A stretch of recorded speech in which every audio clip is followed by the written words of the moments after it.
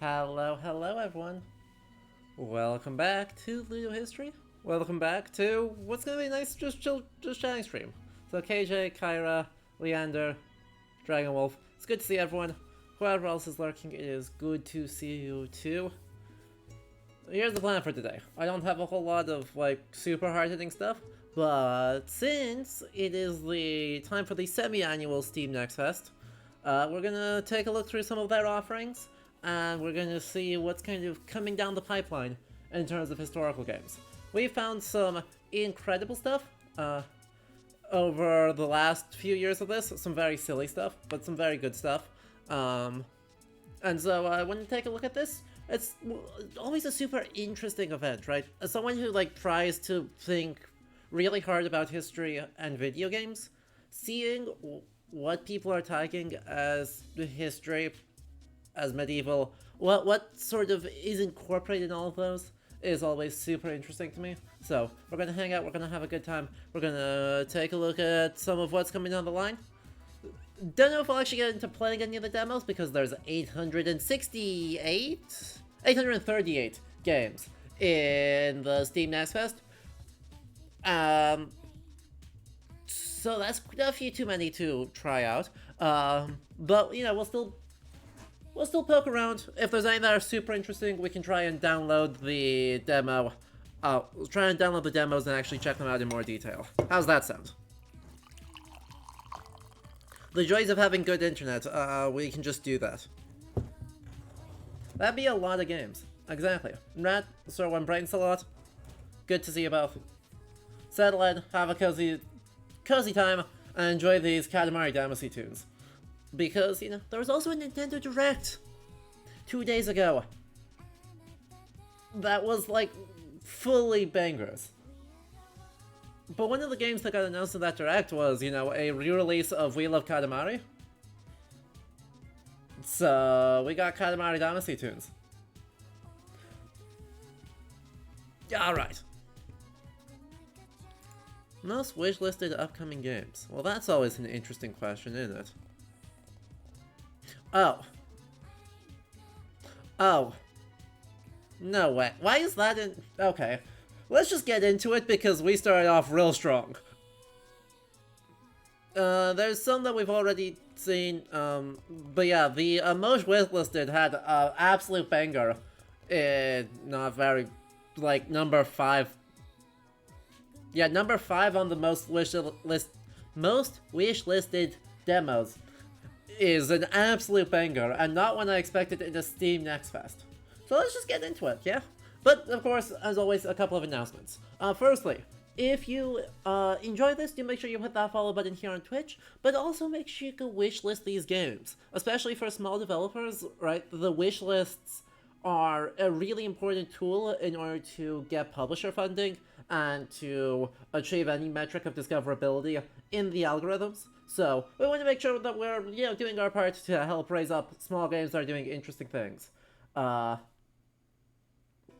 Which is pretty great, pretty important.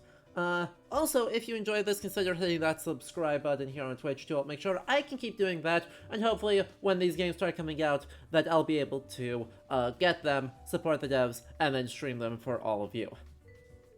Other announcements coming up tomorrow. We're going to be back to God of War Ragnarok, so get hyped for that. We're going to be talking to Katie Beard, a PhD candidate at the University of Oxford who studies the intersection between archaeology and literature. Extremely cool person, does incredibly fun work, so I hope you will all join us for that at about 3 p.m. Eastern Time tomorrow. Otherwise, I think that's pretty much all I've got. So yeah, let's just get into it.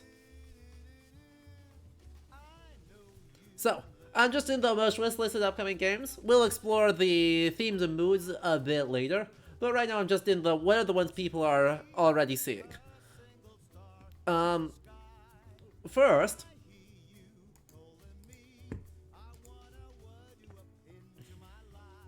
Dark and Darker. Starting off real strong with that quality medieval tag.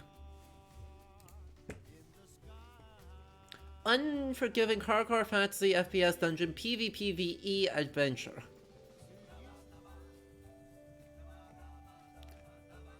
Unfathomable fortunes await the brave and the foolish willing to delve into the devastated depths of an ancient citadel. Band together with your friends and use your courage, wits, and cunning to uncover mythical treasures, defeat gruesome monsters while staying one step ahead of other devious treasure hunters. It looks a lot like Hand of Fate, doesn't it? Basically though, the other thing is it is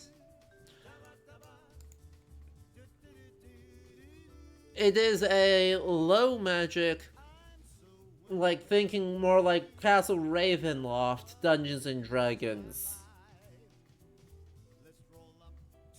Like, it is a Diablo, it's kind of a Diablo-like, it's very much a Dungeons and Dragons-like, but working in more of like a Castle Ravenloft pseudo-horror metric. I mean, you can see that immediately in the footage. The overall aesthetic, right? The overall aesthetic, pretty clearly, is the ancient citadel is also medieval. Like, the characters are medievalist. The art's really good. But the characters are like late medieval. There. The overall citadel is late medieval, and it's just more ancient for reasons. I mean, heck, that's just Robin Hood medievalism. Let's see. Have I heard of Tesla Crowd 2? I have not. I mean, okay. You can see, right, this is your classic Gothic later medieval. It's pretty much exactly what we expect. It's part of the Steam NextFest? Well, good. We may see it exploring in a little bit later today then, because that's what we are exploring today. We are exploring. I have not had a chance to look through the all 838 games to see what's interesting, what's not, so we're doing that live. So, I mean, it does look fun. This game looks super fun. This game, from a historical perspective, looks pretty much exactly like what we expect. Right? It's medieval stacked on medieval stacked on medieval. Parisianin, hello. How are you doing, my friend? Up next. I mean, Void Train. Void Train's not a particularly historical game, though it looks like we may have some vaguely, like, early 20th century. Electricity is back on. Thank God. I mean, the aesthetic of Void Train is fantastic. Right. Super simultaneously like late 19th, early 20th century and future, so we love retrofuturism, and I mean, it just looks fun. I've seen this game floating around for a bit. It looks real cool. It looks like it's going to be an incredibly fun time. Interdimensional Express Train. Next up, Teslagrad. Okay. Next up in the Steam NextFest, Darkest Dungeon 2. Now, I didn't realize this game was still in early access, and that it's actually properly coming soon. But, yeah. Darkest Dungeon 2 is coming out. You know what to expect from Darkest Dungeon 2. It's, you know, Cthulhu Dark Medieval Road Trip.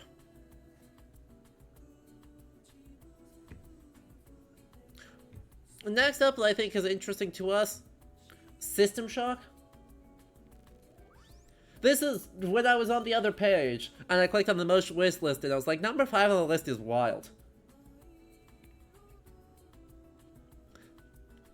It's the System Shock remake.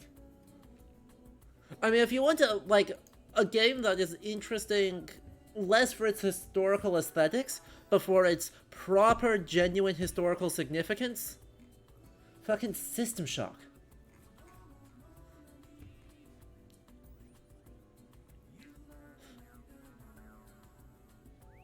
Like,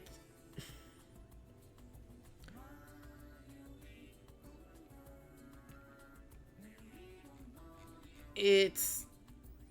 There's no reviews for this product? What do you... 58 curators have reviewed this product. There are no reviews for this product. Exactly, we live in a world where Metroid Prime just got a remake, and Pikmin 4 exists. Also a world where Ghost Trick exists. And, like, I knew System Shock was getting a remake. It got a lot of buzz when it first announced because, you know, it is the immersive sim. It and the original Deus Ex are, like, literally gameplay genre-defining games. So, we're not shocked that it's getting a remake. I am shocked that it's in the Steam NextFest. That's what I want to play just for my own fun, because I got into gaming after System Shock, so I have not had a chance to experience this properly. That would be fun. Anyway, what's up next? Oh, hey, look. A vaguely modern shooter. A, classified document bait? Chief's Arena. Good time zone to you too. Is this a classified document leak? Oh, this is 100% a classified document bait. I hope Planet of Lana is good. It looks so pretty. Planet of Lana looks adorable. It's also already on my wish list.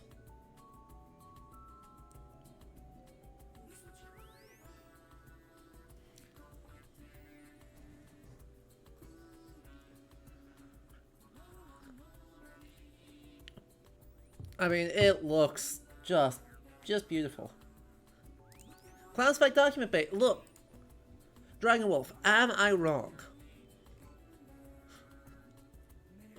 Featuring American and Russian factions with more than 100 units and, you know, large-scale, real-time, modern warfare tactics game. Look, nothing is going to be as much of a classified document bait as War Thunder, but this looks an awful lot like a classified document bait.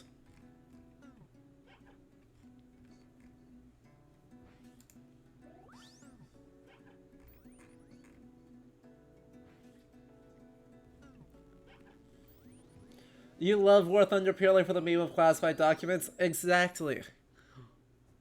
But, okay, that's another, either we think of, like, late Cold War or contemporary warfare. Ugh. Anyway, you know, modern-ish warfare.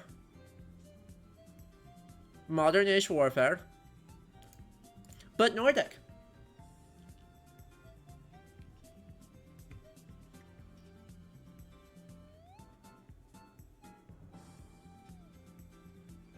Sons of Valhalla is a combat and base building game set in the Viking Age. Build fortresses and lay siege to enemy stronghold.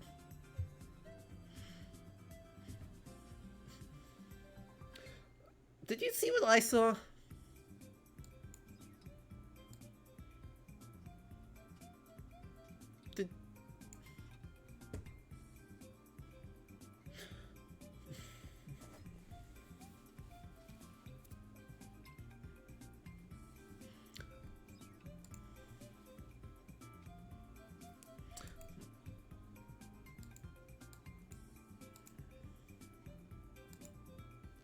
In the Viking Age, enormous hanging cages, torture hooks, citadels with Gothic arches in the Viking Age.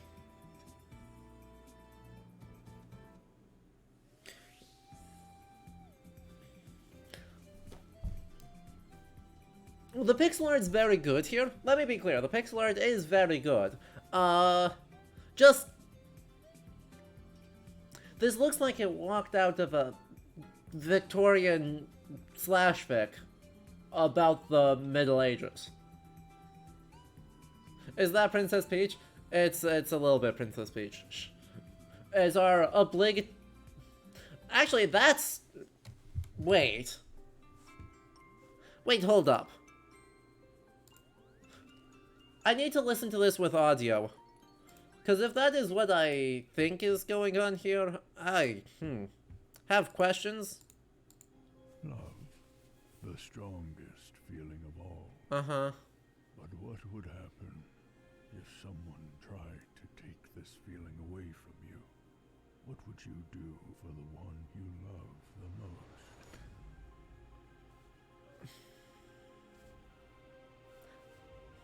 I have concerns.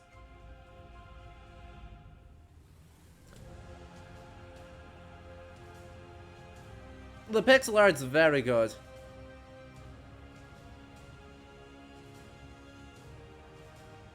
I have lots of concerns.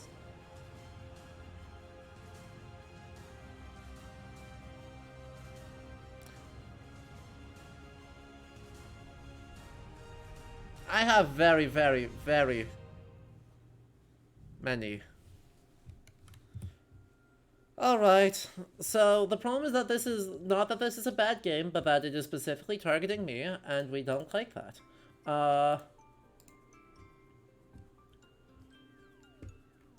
So, specifically, gameplay-wise, it looks like it's somewhere between, like, one of the Kingdom games, and some sort of, like, Salt and Sanctuary Souls-like. But there's a few things, there's quite a few things in there that I think are probably an issue. Firstly, the idea that the justification to go on Viking raids is a rescue mission from English aggression against Norse populations, depending on how they spin it, could theoretically be doable and makes for a good classic narrative.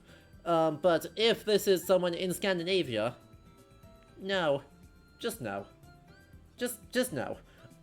If this is an Anglo-Scandinavian population, i.e.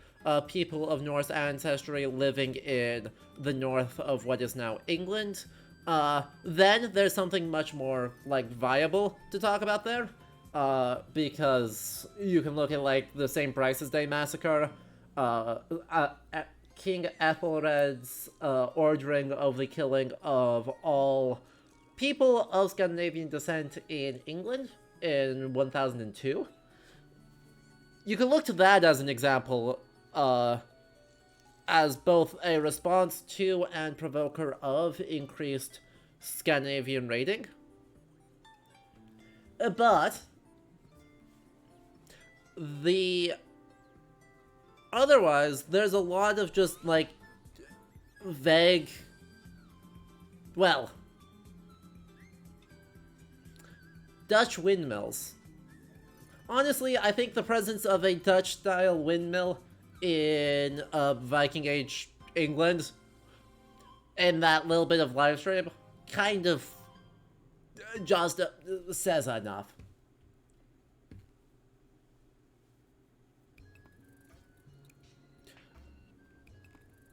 So, you know. Oh, Sons of Valhalla, you play as Thor. That's not a correct... Oh dear. Thorvaldur, not Thorald. Thorvaldur Olafsson, a warrior hellbent on tracking down the Jarl who burned down his home, stole his beloved, and fled to England. Boo. Alright, is that how they're spinning it? Is that it's intra-Scandinavian raiding and then someone fled to England? Still boo. Well, this one is solidly going on the...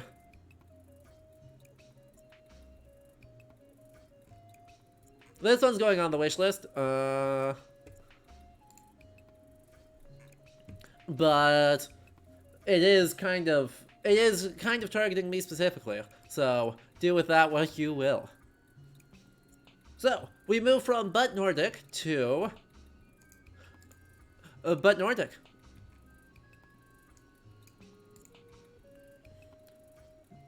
You must use steel and skill to complete your mission in a dangerous fantasy world inspired by Scandinavian folklore.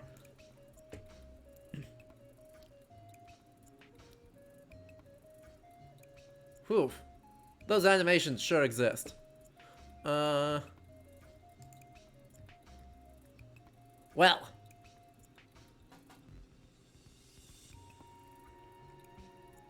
Let's face off against the large trolls, ruthless Hulteras, and Underdrager, as you freely explore the beautiful island of Auvart, either on foot or soaring through the skies in raven form. Also, it's a deck builder. Scandinavian TM, I prefer But Nordic, because it can be any... This is a deck builder... Right, this is a deck builder real-time combat, which you could compare, I don't know, maybe to Neon White, though I'd have to see exactly how this works to make that comparison. But Nordic. And when I say But Nordic, I specifically mean but with the Colossus of Rhodes in granite sliced in half, and with a, like, fucking the octagonal tower in York. But Nordic. Will I play Hades 2? Oh, yeah, hell yeah. Hell yeah, we're playing Hades 2. It's just, you know, it has to finish being made yet.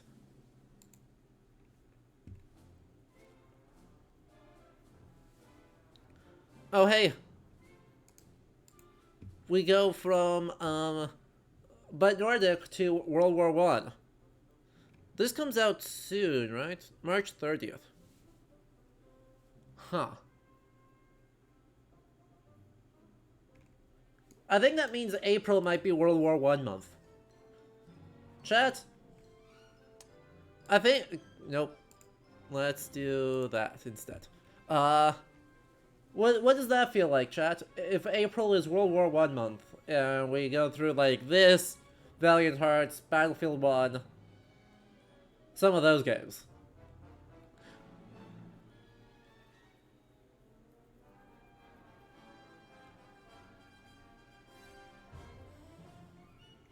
Sounds like a good bad time. Is it just me or do games about the World Wars make other people concerned? They make other people concerned. Especially, right, I think World War II more than World War I, Zoe. Because World War II games are either, you know, let you play as Nazis. Or rah-rah military propaganda. World War I games, I think, get a bit more nuanced, right? Because World War I games, you know, you get...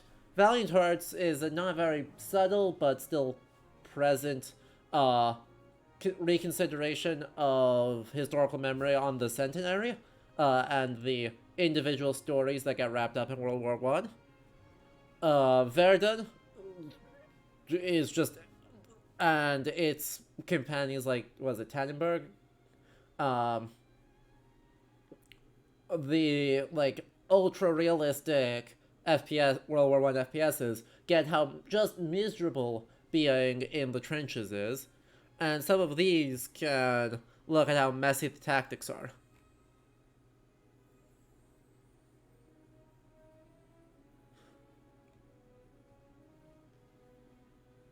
Isonzo is the other one, yeah. Or they're Battlefield 1, in which case it's a Battlefield game with vaguely World War I skins. Oh! Exactly, right? I mean, I'm not good at first-person shooters, and I've not tried Verdun, so I don't know how joyful it is to play, but at the same time, I believe you that they are, especially if you like them, they actually are probably quite fun, but, you know, clunky reloads, really slow, crunchy, like, really slow, crunchy fire rates, So if you want, you know, Call of Duty or a Battlefield, those are not going to feel like those games. Which is good. They shouldn't feel like those games. But still, chat, you'll have to remind me as we get closer to April, but that may be the plan, is take a bunch of games that do World War I and compare them.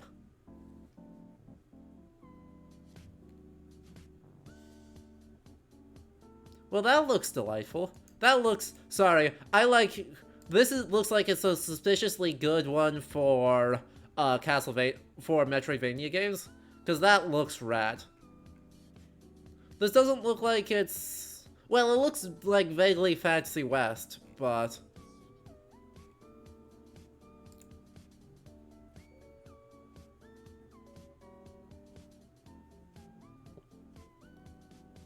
But man, does that look...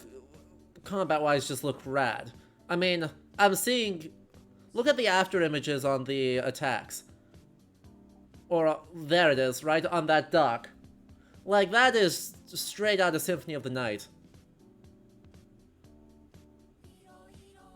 That's straight out of Symphony of the Night, and I love it. Alright. Well, that one's going on the wish list, not because I think we're going to stream it, but because I want to play it myself. Yeah, Gestalt, Steam and Cinder. That looks rad. Hero's Adventure. Right. Oh, that makes two. Alright, back to back a couple of Chinese games. Chinese martial arts RPG.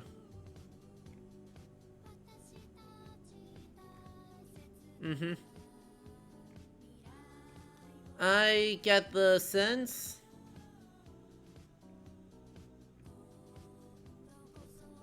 Tell me more about this. Ancient Chinese towns.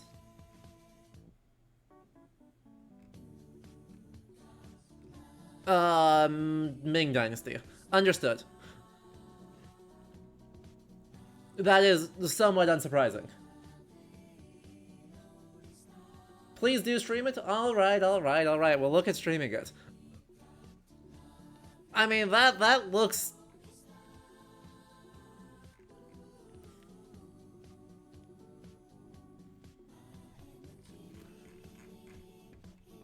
Another one that looks kind of fun. God, I don't have enough money for all these games I want to get. Right, looks... Pixel art is just having such a good time right now. Right, even if it was just like the only good pixel art games were Gestalt and Wandering Sword, I'd be like, yeah, you know, pixel art's having a good NextFest. Do you sometimes have the CinemaSins effect? Where since you analyze games, you can't stop even when you try to have done fun? Oh, 100%. The nice thing, though, JCDC, is that I find a lot of joy in taking games critically, right? So it's not like I'm ever super wanting to just completely turn off my brain and not think about it.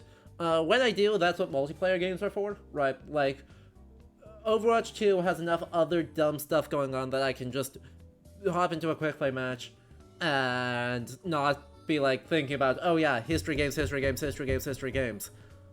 But otherwise, right, looking at those and going like, oh, they're doing this, and this, actually is something that deepens my enjoyment of the games rather than cause me to nitpick. Because that's one of the big things, right? We don't like the CinemaSins approach to critique, because they're largely going, well, what about this, what about this? Instead, we want to go, okay, they're doing weird stuff, we can talk about the history here, and that's one metric of doing it. But we can also look at it from a bunch of other angles, or, when I say history, I should say, I suppose, historical fact-checking, and be like, you know, I don't know how I feel about this, and this. But then, we can also turn it around and say, well, to what ends are they doing this? What is the fun stuff? And also, let's just enjoy good tunes and good animation.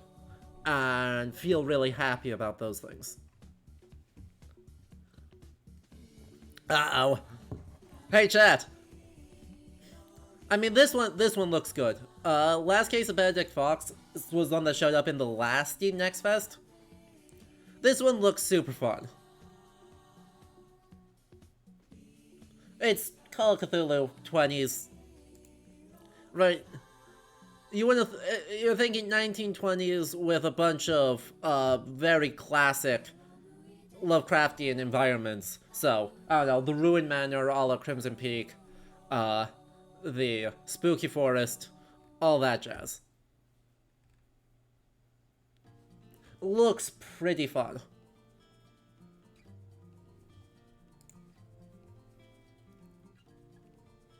Hey chat, you thought we were done with Butt Nordic? Well, hello, Raptorus. Do you think we were done with Butt Nordic? Cause,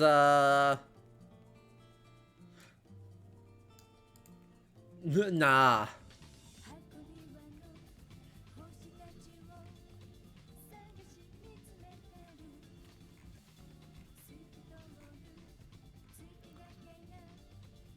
Hey, look, it's a troll. Bramble, the Mountain King. Right, the name of course suggests, quite strongly that, you know, we're looking at Edvard Grieg as a heavy influence, you know, in the Hall of the Mountain King. That's a Fossagrim. Oh, that's spooky. Oh no. Also, looks like gameplay-wise has a lot of influence from, like, Limbo, or Inside. The small child in very scary environment. Ah, that is a troll's face. Oh boy.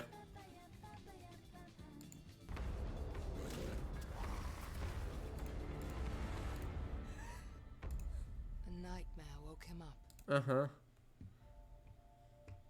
Frightened by his mother's bedtime story, he searched for his sister's comfort.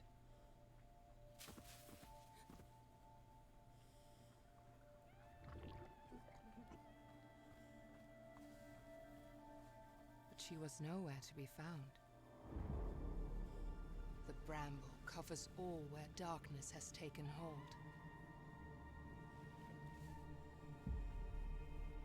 Follow the light. You will find what you are searching for within the mountain.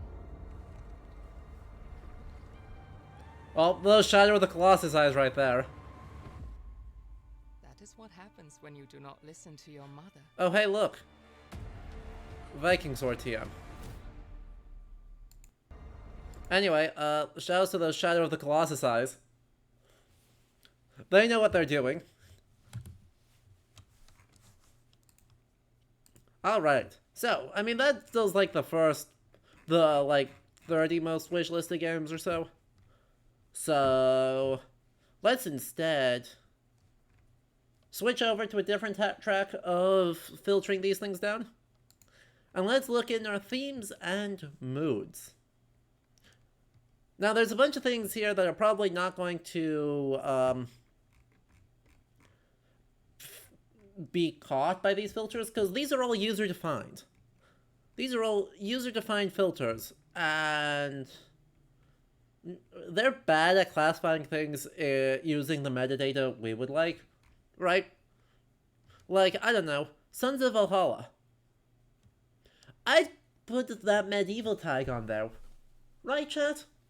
You'd want to hit that with either a historical or a medieval tag.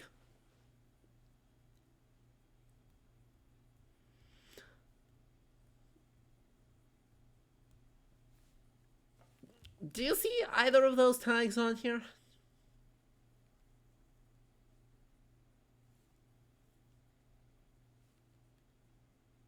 I mean, it's set in a historical period. You could do both. We could be generous about this.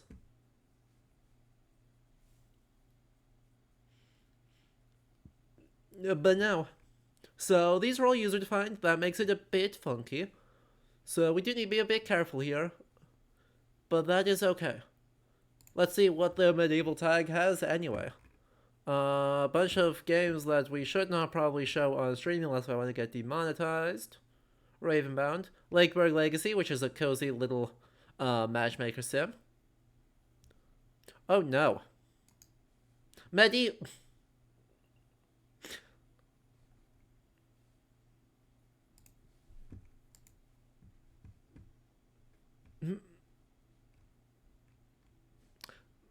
Under the medieval tag, Colonized is a combination of survival game and building strategy that takes place during the colonization period, the 17th century. Now, chat, I'm not one for periodization, but even that's pushing it for me. I'll be honest, even that's pushing it.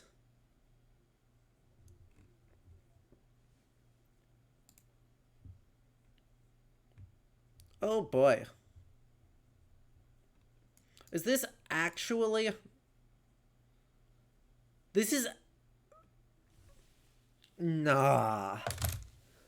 No. Slovakian base builder that unironically says that. God damn it.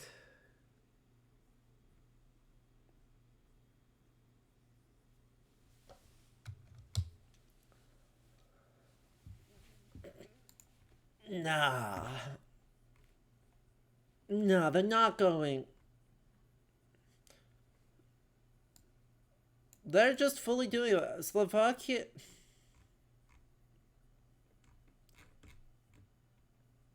Supported using public funding by the Slovak Arts Council. Yay, let's get good at building Jamestown, Bermuda, Salem, Boston, Williamsburg, and Providence. It says, quote, native tribes living in North America bring fear to your colonization.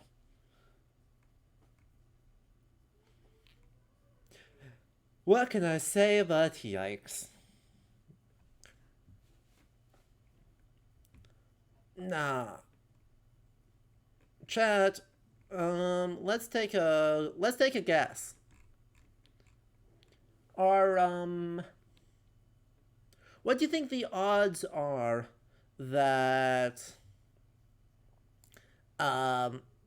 you know, building that town? Or Bermuda? What do you think the odds are that, the horrors of the transatlantic slave trade in the 17th century and the horrifying exploitation of human life that made any of these towns functional for, or not functional, that was the primary economic mode of most of these early colonies? What do you think the odds are that that exploitation is going to be explored in any new ones? I'm going to say 3%.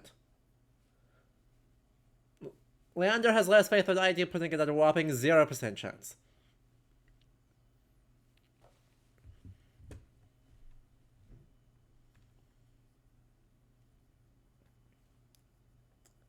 I'm totally sure that'll be adequately and appropriately addressed, Lurk. Uh-huh.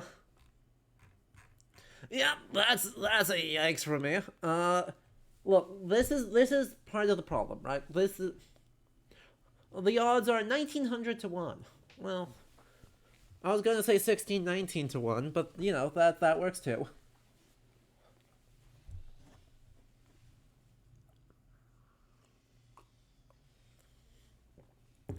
Oh boy.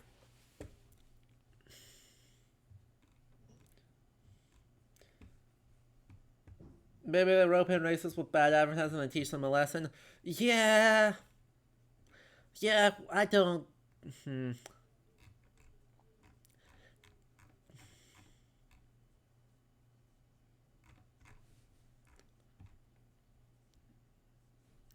I don't have high hopes on that. You know? I don't have super high hopes. Well, that's exciting. Demonetization, demonetization.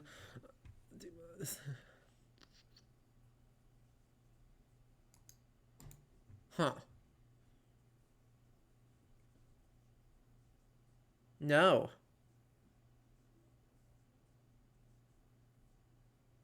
I hate several things about. God. Oh, hey, look. Medieval being a super dark violent fantasy. Oh, the James Bar, thank you for the Prime sub right now.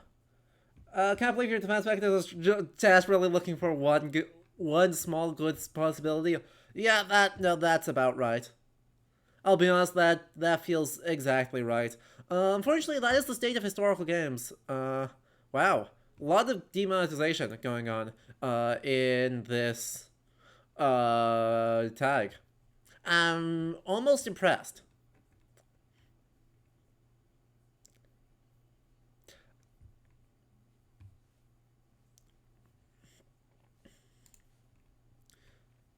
You command armies by sending letters with orders, and they can be lost. Well, that's a fun idea. This is a very sort of,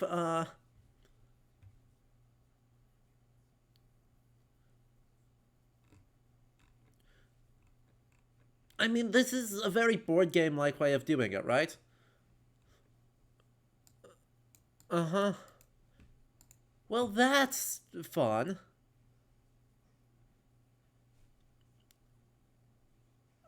Important battles of the Middle Ages, however, the outcome depends on your actions. The Hundred Years' War, the Battle of Grunwald, the Wars of the Roses, can be a setting for a plan to achieve total victory. So, I mean, there's going to be some interesting things to talk here about both courier services and about the aims of most of these things, because total victory is in none of these the actual historical goal. So there'll be interesting things to think about historical sort of military aims. Probably need to get a military historian on. Luckily, I know some of them. So that could be a fun one to actually talk about and think about that. This could be super fun.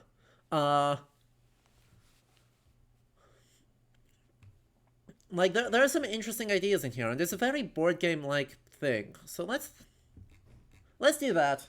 We may want to check this out later. Get some Millhist folks on to talk medieval strategic goals, the high level long term aims, and then also courier services and the implementation of bureaucracy in various medieval polities as a tool to ensure safety and ensure accuracy in the transmission of materials.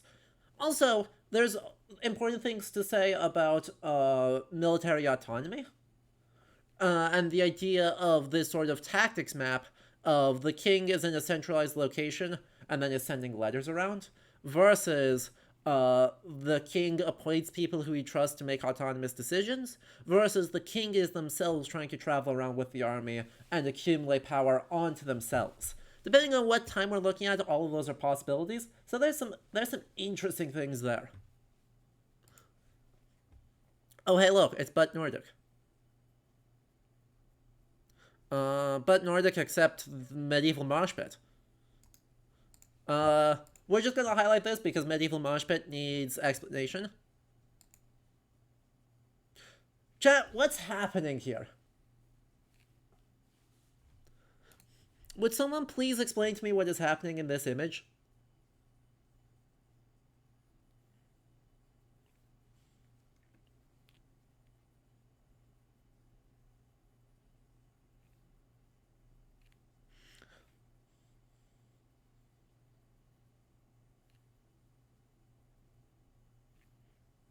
Chaos.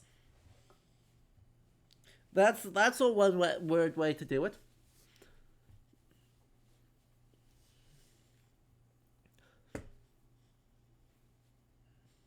A birthday party. Yep. Vikings with horns. I can make at least one set of horns on this person right here, so already present. But this is what this is what Brett Devereaux and Rolkenine and I call the medieval mosh pit, where this is a trope, especially in films, but game as well as games, where two groups just kind of run at each other, and everything immediately devolves into chaos. Right? Instead of you have formations that walk towards each other and then stand there and do this.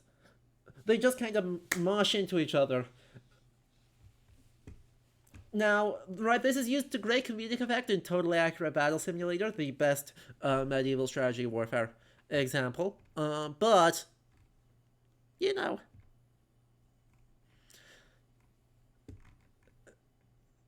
it's, what's happening?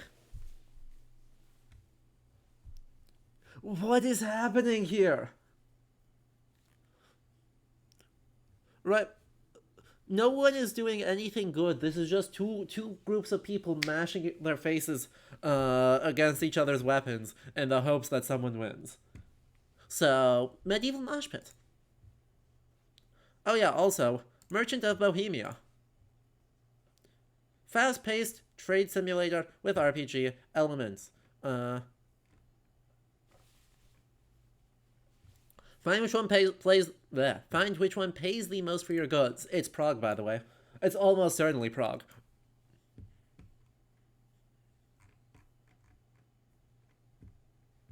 We'll wishlist that one. Oh hey, Scarlets. Wait a minute. Doesn't this sound suspiciously familiar? Aesthetic says 15th century, or outfit suggests to me 15th century. 15th century merchant with wagon in the area around Scarlets.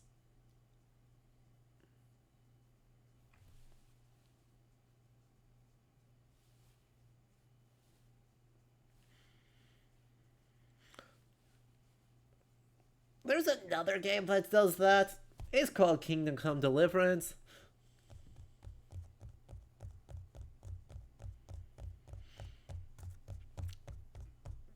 Hopefully we get a bit bigger of a scope than Kingdom Come Deliverance and different focuses that let us say interesting things. Anyway, what's up next? More demonetization?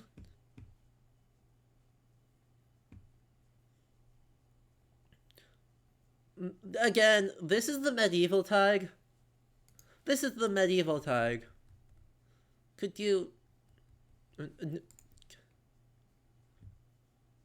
Well, I suppose the aesthetics are medieval TM.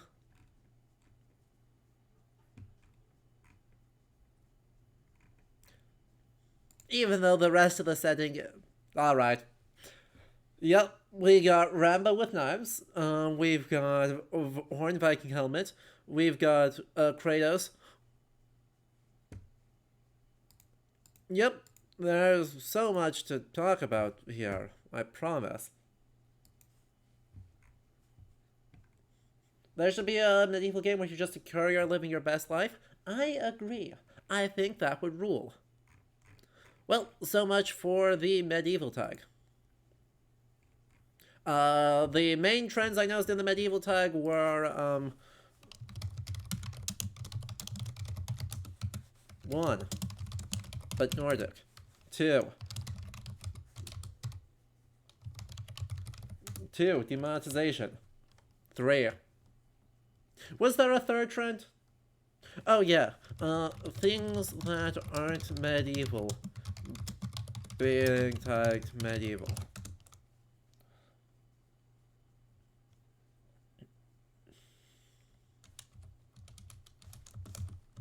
Did I miss anything?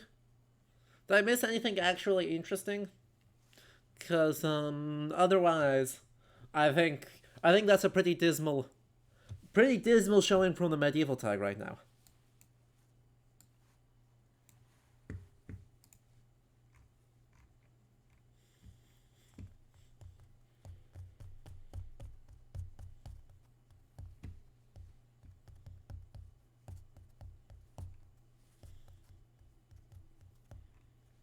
Let's see. What's up next?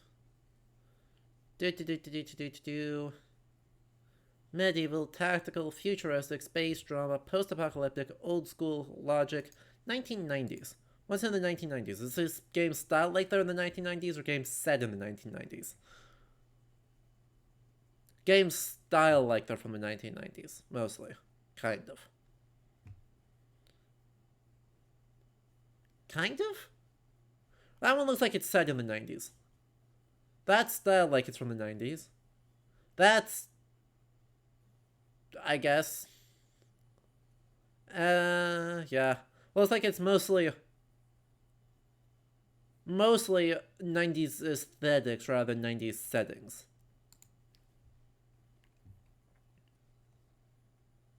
Dark fantasy version of Imperious... Why is Game of Death... What is this Game of Death?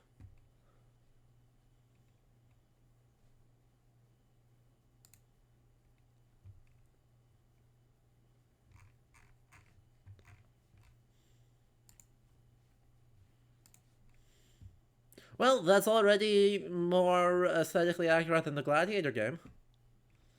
Inspired by 80s and 90s CRPGs. That makes sense? Oh, wow. Oh, I understand completely. That is like deep in the... That is like deep in the like Kingsfield CRPG energy.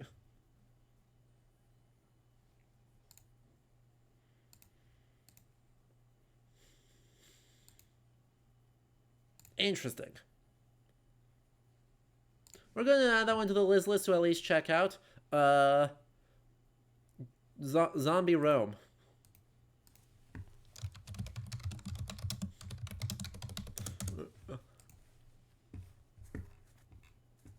What else have we got? Oh, let's put the music back on. I forgot to turn the music back on. That's why it's so quiet and weird.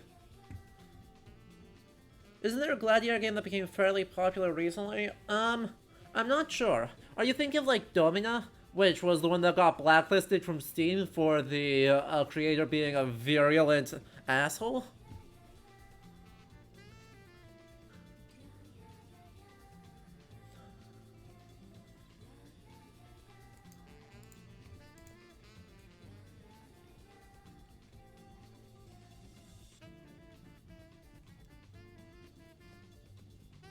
Right, I'm not able to do that. I have to do this. What is the 80s options? Even more aggressively.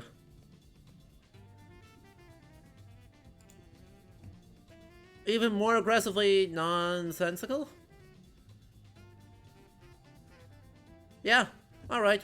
Even more aggressively, not useful. Next up. Since today happens to be the release day for you-know-what game, let's look through here.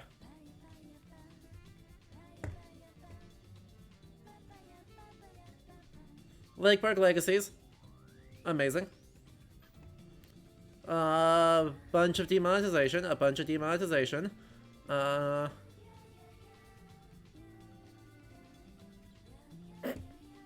Good name. Yeah, looks like mostly demonetization for the purposes of the channel. But also, you know, trans rights are human rights, and... Oh, we are about to die. I remember hearing about this one briefly. I didn't get a chance to check it out, but... I remember that. Anyway. Historical tag. What have we got?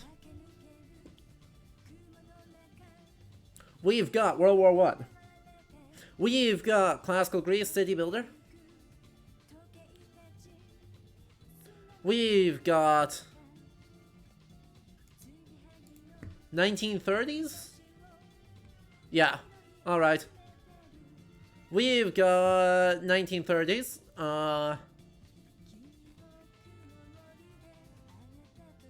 Acquire the store and catalog occult books, scrolls, and curiosities. Well, don't mind if I do.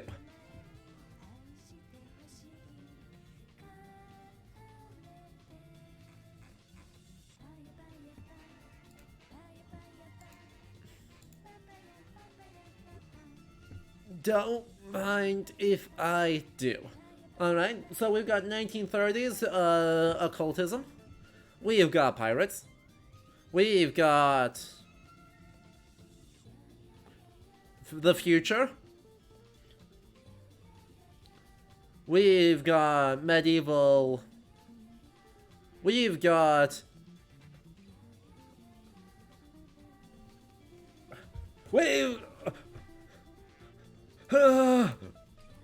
Don't do this! We've got rapidly unethical collecting policies.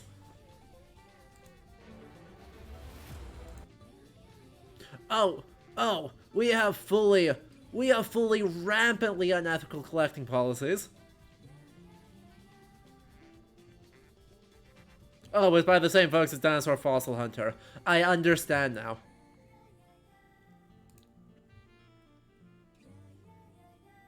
Don't do that to the vitrains!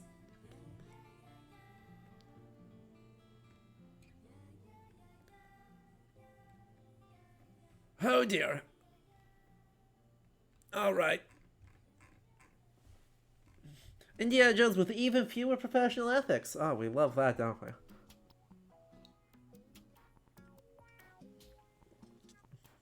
Also, is that just using a Dremel?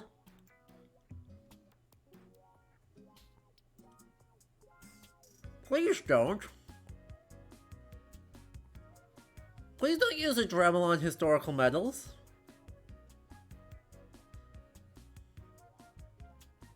There's less invasive ways to do that.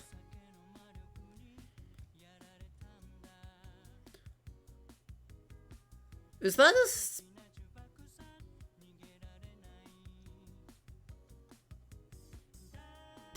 Please don't. Please tell me that's compressed air. And as it is, that's not optimal. If that's water, I'm even more dubious. Oh yeah, I did hear about it. The wildly anti-Semitic game. The wildly transphobic game, the wildly anti-Semitic game. Part of the wildly both of those things franchise. Yeah. Yeah, if that's paint, that's super duper yikes. I'm hoping that that's basically a power washer. But yeah, no, the Turf franchise game did in fact give the goblins not only is the plot that they did blood libel, but they just have a shofar. Stuffed with a non-kosher cheese. From a time period of a historical massacre of Jewish people. I really... So, yeah, we're not playing that game. We are never supporting that game. If you see an ad for that game on this channel, please try and report the ad if they give you the option. I can't control what ads they send, unfortunately, but if it's possible to report the ads, do that, please. Anyway, let's move on from rapidly on that. Let's pick up again. We've got World War I, we've got Greece, we've got the 1930s, we've got pirates, we've got medieval, we've got unethical collecting policy, we have cats.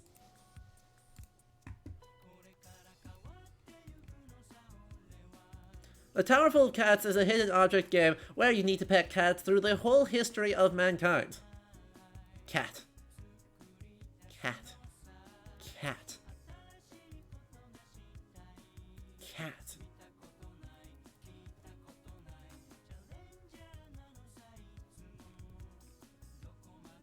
Aww. Oh no. For the first game development studio totally run by cats. Aww. 500 plus cats. 100 plus hidden cats. You know, I'm sold. I'm sold. We can talk pet history. It'd be great. We've got just full metal jacket. We've got Nuremberg trials.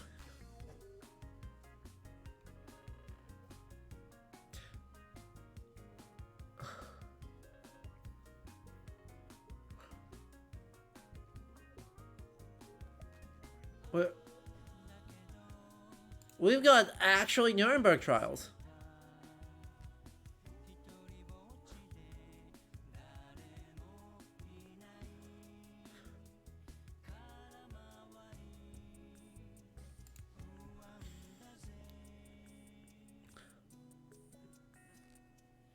I don't know how to feel about this either.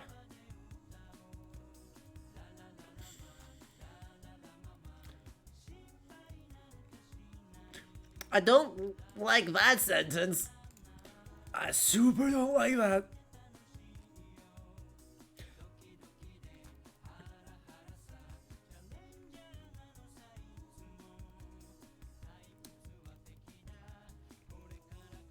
Huh.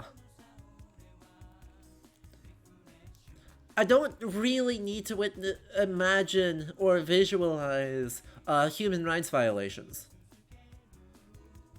That being said, it is going to be one that I think is going to be super interesting, because the good bad thing about this is that we have access to a lot of the archival materials used in this period, right? I can find digitized records from from government agents working to prosecute Nazis under Freedom of Information Act requests, if nothing else. I think NARA probably has some digitized, so we can find the actual archival material here and explore the complex historical memory of that.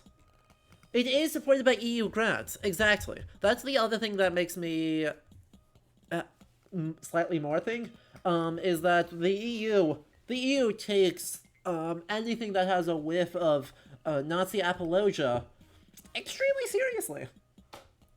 So, also, you know, the prosecutor that we're playing, right? Esther Katz.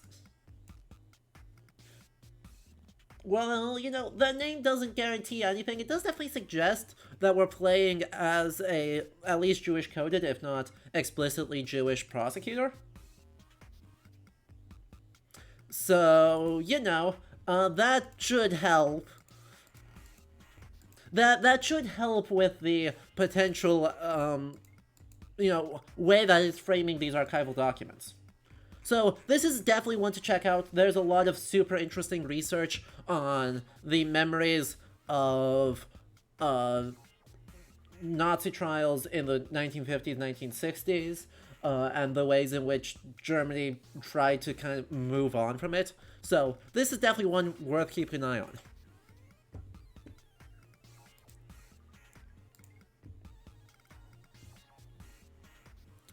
Ooh, the Tile Maker of Granada.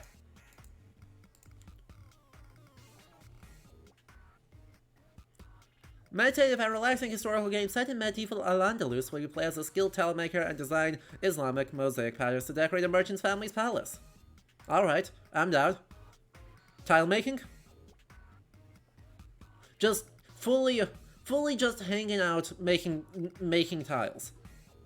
I mean, I'm not opposed. Yeah. Sure, go for it. Yeah.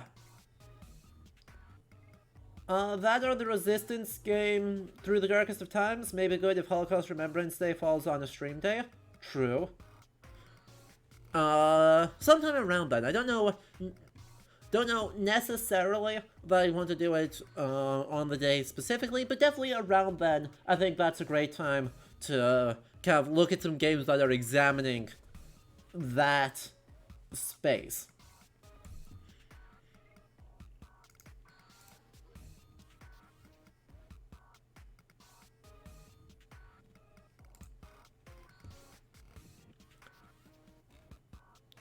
In 1480, as a Portuguese explorer. Question mark? No? You set out to find your missing father. You'll travel around the world to gather information, discover forgotten civilization, myths, and ruins in the process. Please don't. Don't love that it's just saying Barbary pirates instead of emphasizing the complexity of that.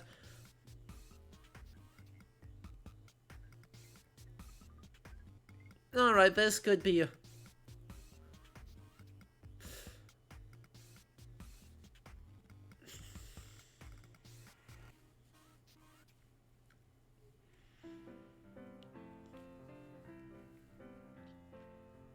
And the Chalisha coin chieftain is not...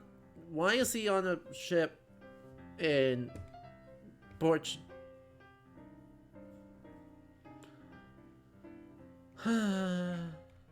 Alright, I mean, we're gonna keep an eye on it, because they could do they could do super interesting things here. Could.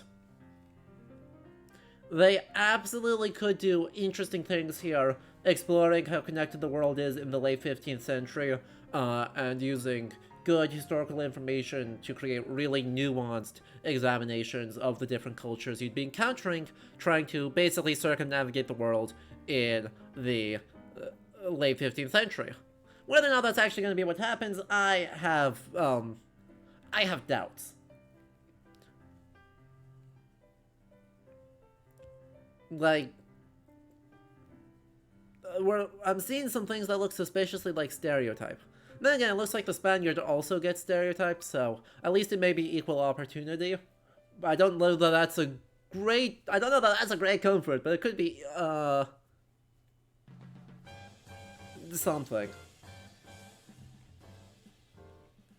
But yes, distinctively a Chalisha clang, or Blackfoot or Crow, you know, planes.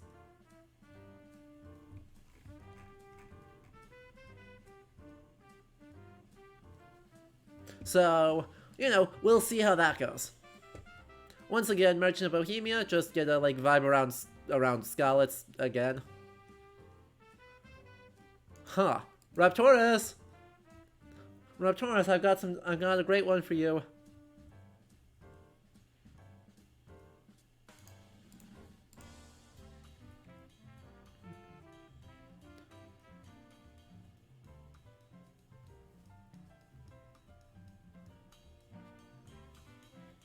Cambrian Explosion VR game!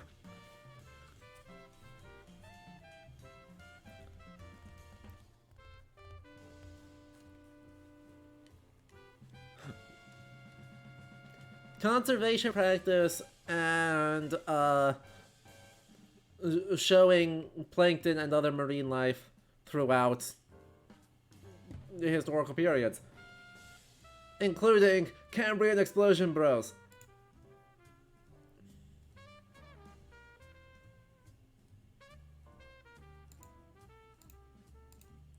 Look at them! Look at them! They're so weird! I love them dearly, but they're so weird.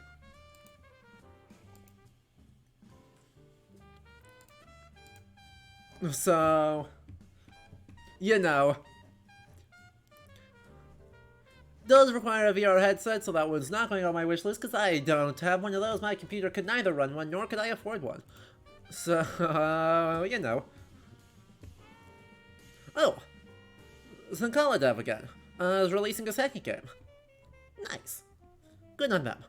Fall of Bali is a historical strategy simulator set in Bali around the 19th century. After the fall of the Empire, Bali has been in a warring era for nearly 2 centuries, and now the threat of imperialism comes. Nice. The dev has been super active in like historical games community chats, so while I struggled with the previous game, what was it, Maritime Pelleroute? I struggled to actually like run that game or parse it, but still, right, an Indonesian dev actually getting to spending a lot of time thinking about making games about Indonesian history. So, yeah.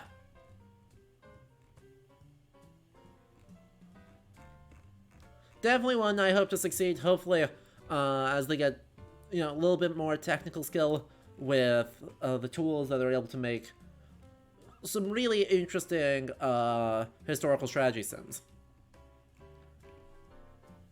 And global devs. We love supporting diverse audiences, or diverse creators here, and diverse audiences, I hope.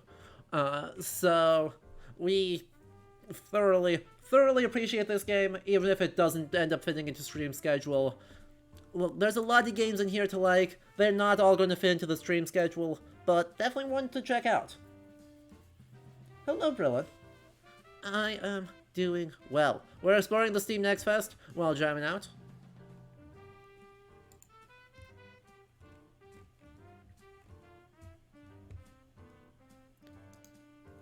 Alright, another one. Oh, not how that works. I keep doing that. Mythology. Alright, in mythology, we've got But Nordic. We've got a Greek city builder. We've got a Diablo-like that is only superficially the most superficially Greek thing in the world. Perseus Titan Slayer. Immediately with a medieval boss shield.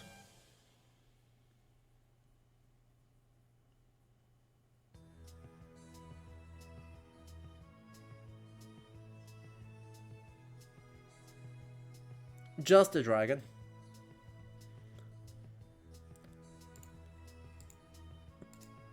A Medusa, a Chaos Dragon.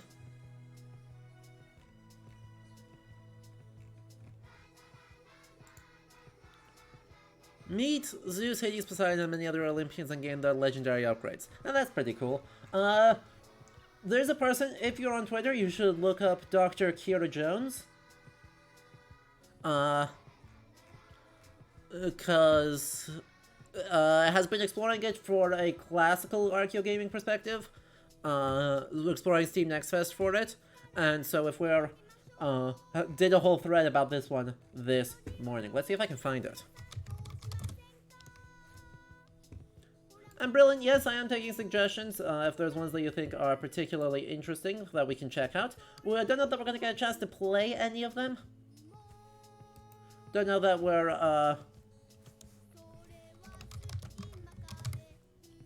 actually gonna have a chance to play very many of these demos, but we're at least going to sort of take a look at the pages, take a look at what they may be doing, and hang out from there. Alright.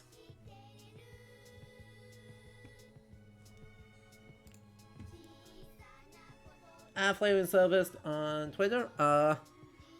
Checked out Ludus Mortis. And actually has gone through and actually checked the demos.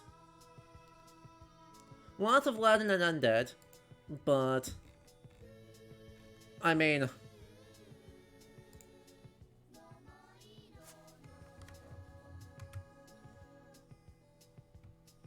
we're looking much more on like Gothic cathedral-y things with a vague Greek overlay on them, rather than a super explicit, like, deep understanding of the classical world. But that's okay, it doesn't need to be. It doesn't need to be based on a super deep understanding. It, just has a very clear lineage, and that is okay. And Enra, all right. We'll make sure we take a look at that after we go through the tags here, just to take a look at what we see. Anyway, so let's go through the mythology tag once again. We've got but Nordic. We've got Greek.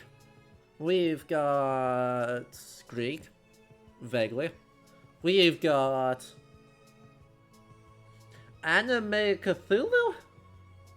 I'm confused. We got but Nordic.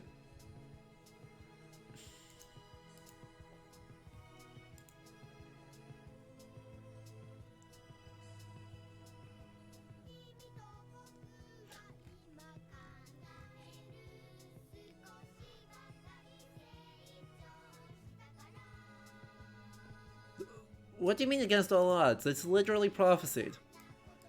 Hey, hold on.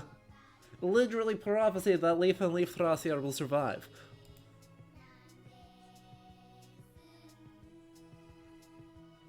I'm right. This looks delightful. I'll be honest, this looks delightful.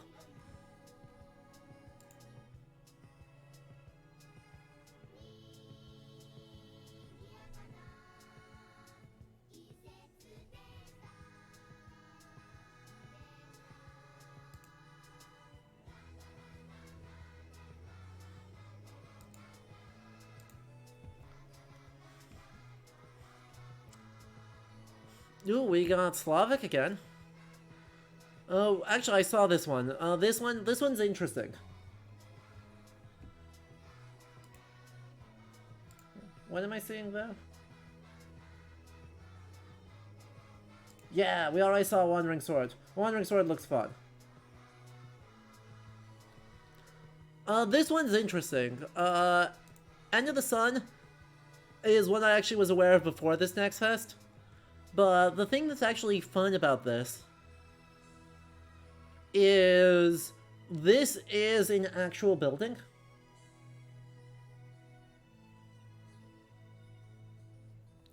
And so, you know, it's actually partnered with a museum in Poland, in order to get photogrammetry of one of their historic buildings, and use that as the setting for this. Which is super duper interesting. And not something I think I've ever seen before. So I'll be really curious to see how much of this is looking at like practice-based. Right. Really focusing on like practice-based interpretations of archaeology, and how they're sort of navigating this ethnographic museal context that frames the game and its interpretation. Like, that's objectively a super duper interesting thing. Hello, Blues. It's good to see you. Alright, what have we got here? Another Metroidvania. God, Metroidvanias are having a great time. Don't know why this is in... Ooh, that's Finnish. Yes, we did look at Book of Hours before I got on, and it said collect and conserve occult books, and I was like, don't mind if I do. Interesting. I know almost nothing about Finnish folklore, so this could be a super interesting one. Metsampeito, explore Lempo's forest.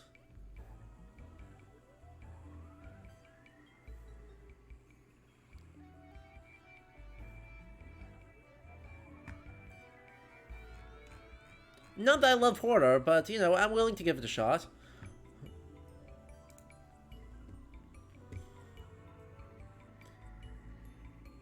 Hi there. Hey, guess what? It's more Butt Nordic! You thought we were done with Butt Nordic. You were wrong.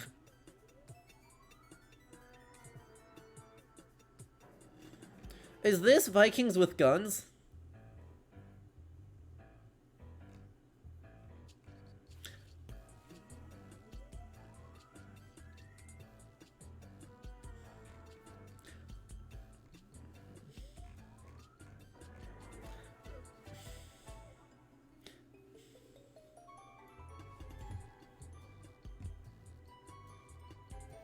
Yes, quite. I mean, brilliant. The kind of whole vibe of the stream is historical set. That we are looking at the historical games is what I do. But, I mean, we played Stray, so it's not like Cyberpunk is completely off the table. We'll take a look at it, we'll see if it fits within this channel. If nothing else, it's showcasing another fun game. But, you know, the overall intention of the stream is to look at kind of what's going on in the history-ish space.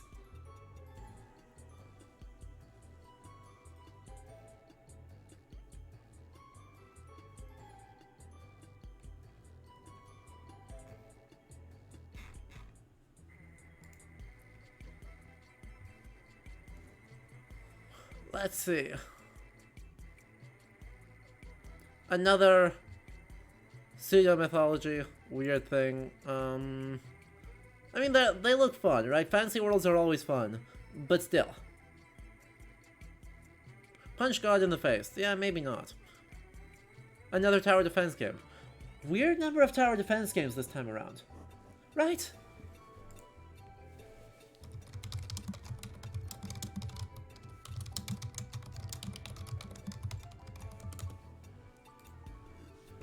Like, a weird number of tower defense games.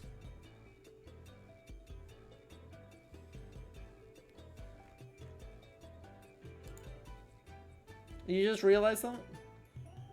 Zid's Journey. Alright, y'all are gonna have to, like, put these in a moment, because I want to take a look at some of the other thing. Indeed. Alternate history. Well, this is going to be... I'm sure nothing bad is going to happen. Oh, it's Book of Hours. Well, hello. And it's Tower full of cats. Cats.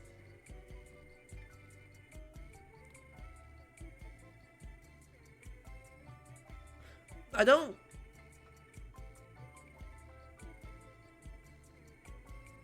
Alright. Not a lot to see in the alternate history option.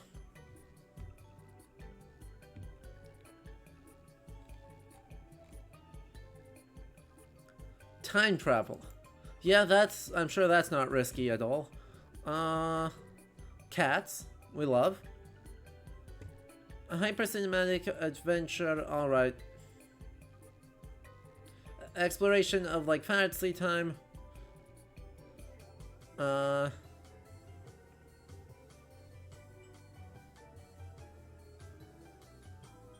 Aquatic Messenger. And... Alright, nothing super exciting there. Exactly, in and out, just a little bit of time travel as a treat. What could go wrong? Gothic. Always another spooky one.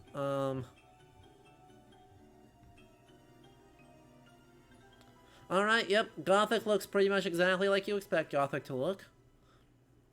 We've got, dark... Lots of purples. We've got...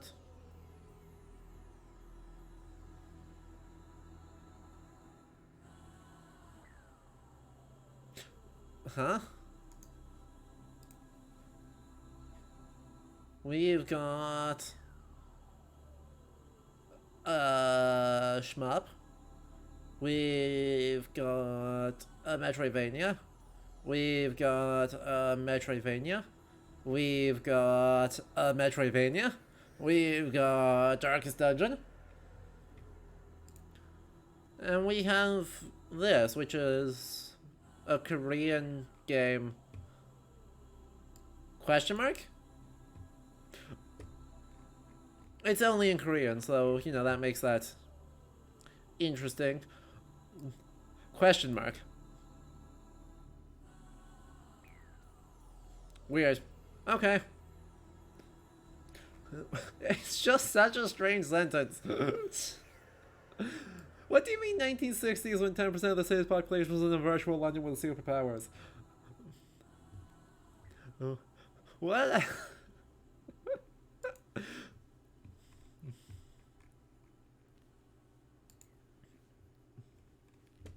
Well. Alright then. Only 4 games tagged World War II. Then again, only 2 games tagged World War I. So... What's the other one tagged World War I? Oh. I mean, we expected that one. Great War Western Front being tagged World War I makes sense. Um,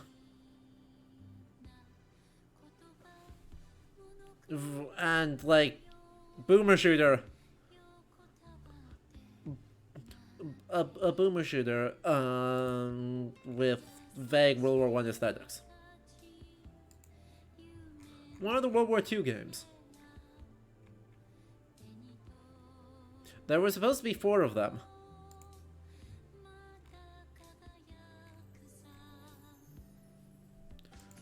I see 4. I see 1. Alright. Well, that, yeah. That gives us some idea of what's going on here, huh? There's a lot of what we expect, right? There's a lot less continuity. Right, there's a lot less World War II and World War I stuff than I expected. Like, I expected a lot more of that. There's also a lot less... Oh yeah, Sherlock Holmes The Awakened. There's a lot of 1930... lots of 1920s slash 30s slash... I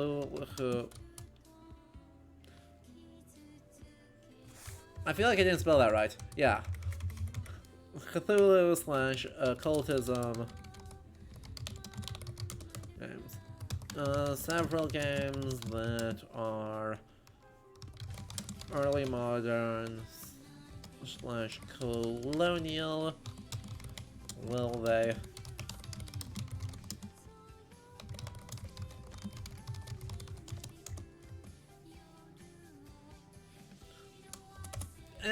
Yeah, this one's definitely the interesting thing. Let's highlight that, because that's actually the most interesting. You still demand more bird emojis? 2 is too few? Hey, guess what? This is a great chance to shill the Patreon, because at the, at different levels of support on the Patreon, you get different perks. For $2 a month, you get your name over on the credit. Shout out to all of our patrons there. At the $10 tier, you get that, plus you get to select an emote. So if you want more bird emotes, you can simply request another bird emote over there. The only requirement is that it has to be from an actual historical art. Preferably medieval, preferably manuscripts, but those are both very negotiable. So you can always choose more bird emotes, and then they get swapped around to fit that. And at $25 a month, because, you know, I have to buy a game, I will play your favorite historical or vaguely historical game on stream and talk about it. So, you know, if you want more bird emotes, or want me to play your favorite games, that is the best way to do that, for extremely reasonable prices, and it really just lets me make sure that I can keep doing this. What else are we seeing? Oh yeah. Great time to be a Metroidvania fan. Fucking phenomenal year to be a Metroidvania fan. A phenomenal time to be a detective game fan. Actually, this one actually looks kind of interesting. Just purely for my own, right? Literally purely for my own enjoyment, this one actually looks quite interesting. I don't think there's anything historical in it, but I do love coffee shop sims.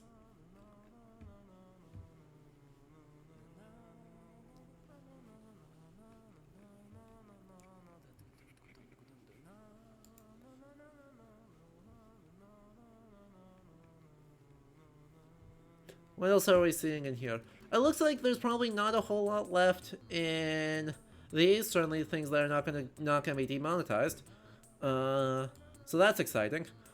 People be horny, and that's fine. Let's see, there were some games people wanted me to actually look at specifically, right?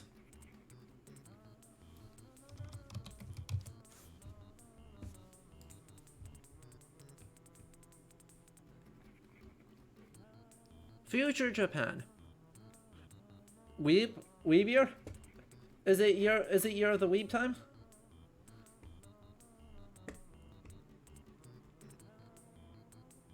Oh, that's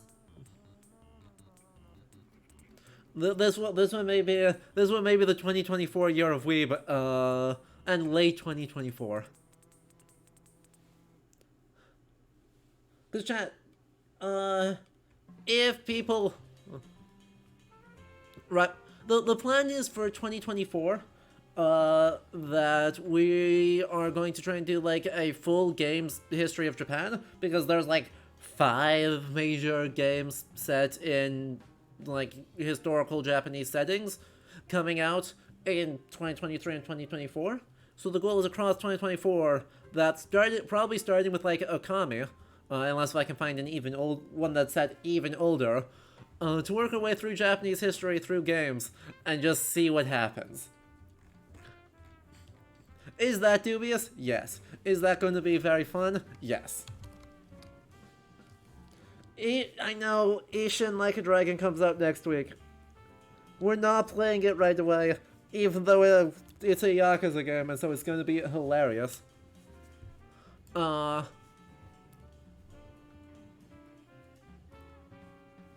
still, we're not going to do that. Exactly, right? We have Assassin's Creed Red, we have Like a Dragon, we have both Neos, there's the game by Team Ninja that comes out, Ghost of Tsushima from a few years ago.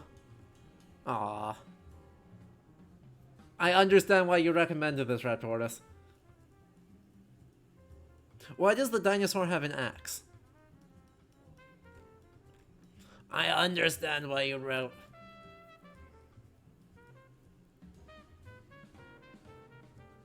I understand why you recommended this.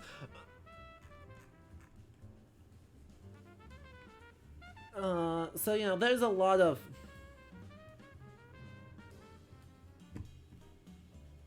There's a lot of stuff. There's another one, right? Another one set... The Team Ninja one was set in... like early Meiji Japan, right?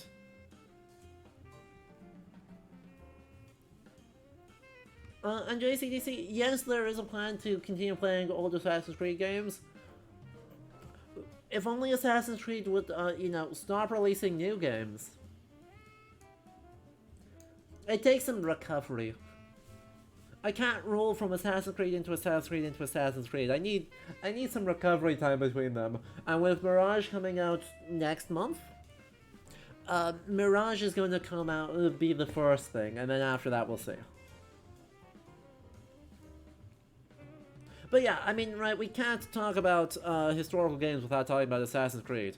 And so, there is a plan that we will eventually get through all of them, and it's gonna take a while, because we do long-form ones. Yeah.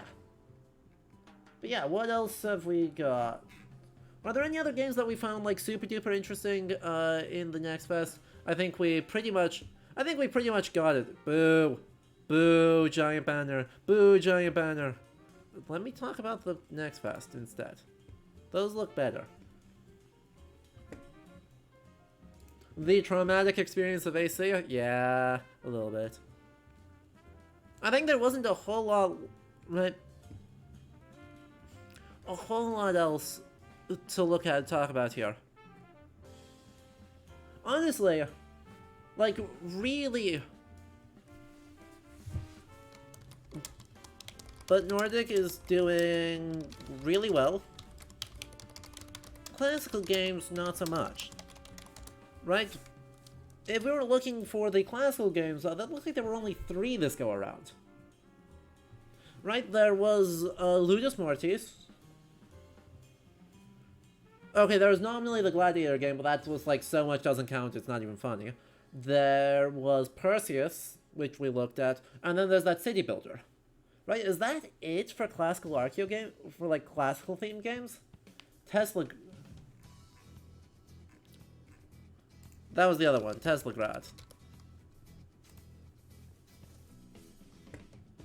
Oh! But Nordic! Yeah, let's go. The But Nordic continues alive and well. That is immediately delightful.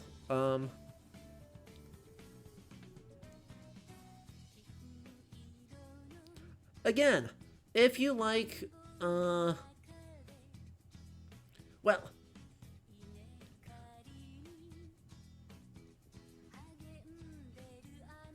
if you like Metroidvanias, congratulations, this is the Steam NextFest for you.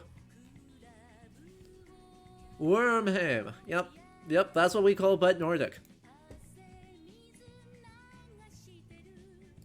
But Nordic, But Nordic, But Nordic.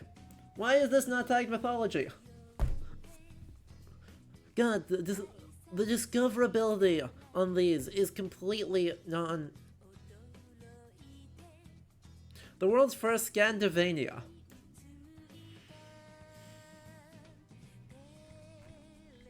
Alright.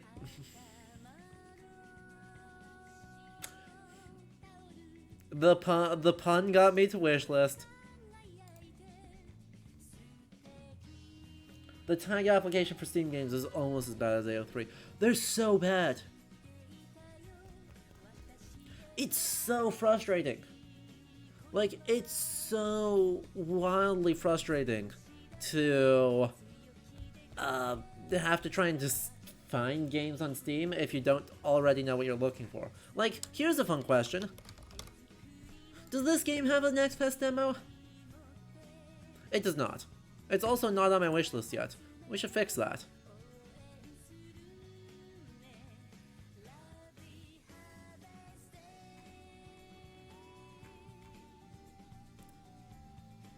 It does not have a demo, but that's fine.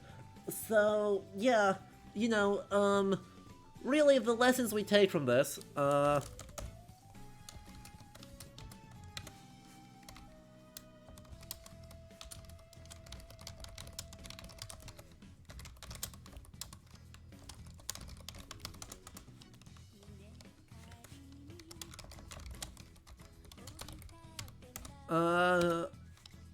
only 4 or only 2 World War I games, only 1 or 2. Actually, really no World War II games. What is... This is the really shocking thing. Right? That was the one that surprises me the most about the NextFest listings. Themes and moods, right? Like, that can't be right.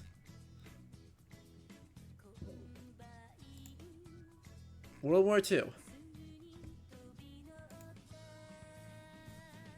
The only game themed World War II, according to user tags, which for World War I and World War II are extremely good at, like, they're always right. Well, not always, but they're, like, they're pretty good at catching World War I, World War II. And yet, the only World War II... Wait, objectively incorrect. This is objectively incorrect, because,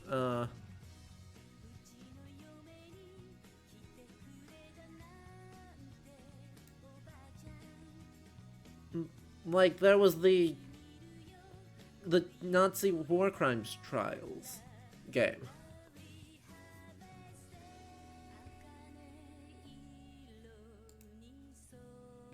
They're like, where was it?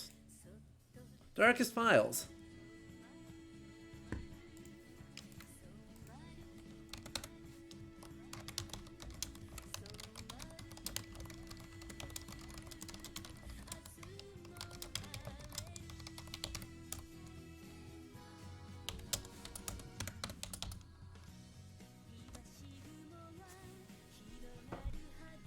How did that one get missed as World War II? It's literally about prosecuting Nazis. But then again, it's not about the war, right? It's only about the aftermath and the historical memory of it. Because apparently that doesn't count. I guess that's the other one we can check. War. Modern. World War One. City Builder. Cyberpunk. Medieval. Like... Not clear. Full Metal Jacket. Follow Bali, fantasy, game jam projects. Okay, so yeah, no, there's just fully no World War II shooters.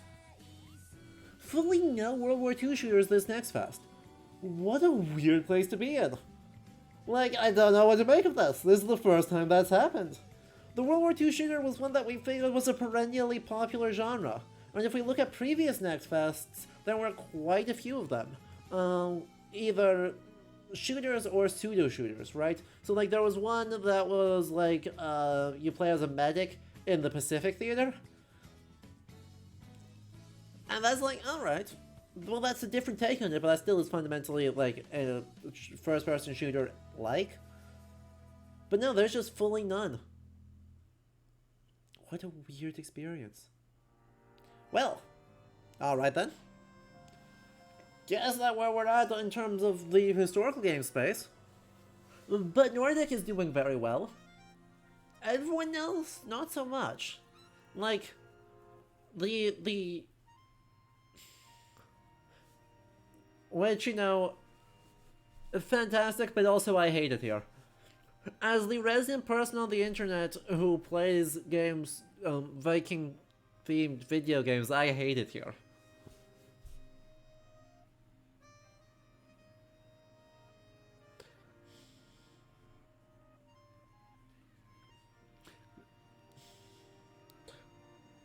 Like, what am I supposed to do?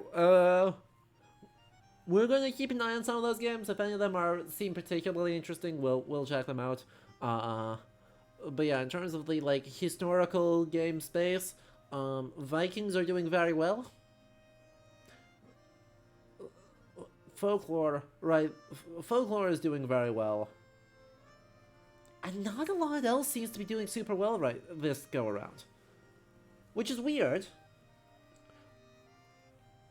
I don't really know what to make of it. Because it's not like there's a shortage of big budget historical games released, but there doesn't seem to be a whole lot of small budget historical games being developed. So, I don't know, we'll have to keep an eye on stuff.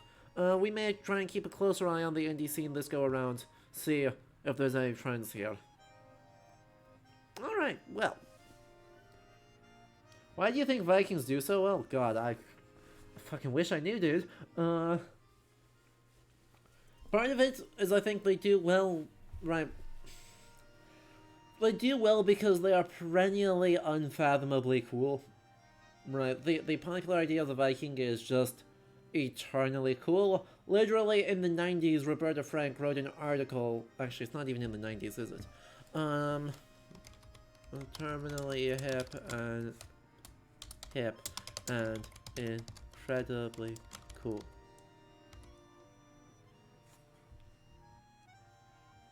"2007, there it is. Terminally hip and incredibly cool. Carol Vikings and Anglo-Scandinavian England by Roberta Frank in 2007. Describes exactly this, right? The exact idea that there is something, like, inherently super duper compelling about the Vikings. That's only gotten stronger in the last 20 or 15 years. Like, that's truly only gotten stronger between the success of Game of Thrones, and Last Kingdom, and Vikings, and AC Valhalla, and the God of War, and the list just keeps going on and on. right? So there's this idea of this sort of hyper-individualistic thing that works super well for these sort of media narratives, along with this sort of honor violent culture, creates this like perpetually fascinating, just exotic enough other for 200 something years at this point, at least on a global imagination. That's hard to pin down, but we're seeing that it's still alive and well. The other trend we're actually seeing a lot more of that I want to specify is more games that use modern folklore. We're gonna put modern in scare quotes there because they're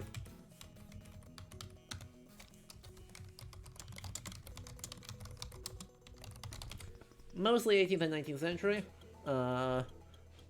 collections that have continued to be republished since then, but there still is that still is presently modern relative to our mythological past. So there's more and more games that are using that, right? There was Lempo for Finnish, there was the Slavic one.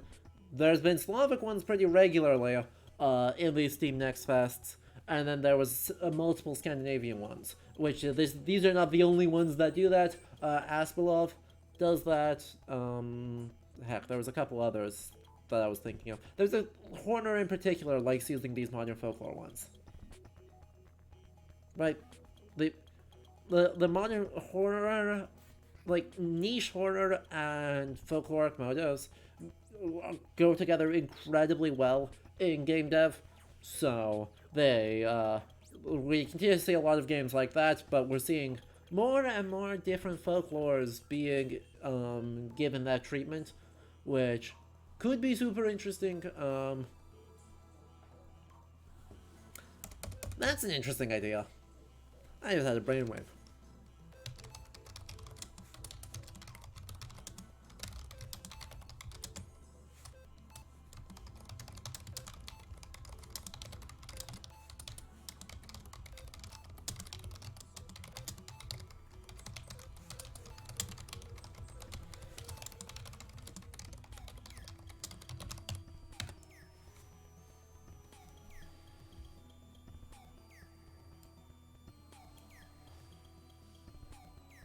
Chat, what's the vibe here? That's a project, isn't it? There's absolutely a project in there, huh?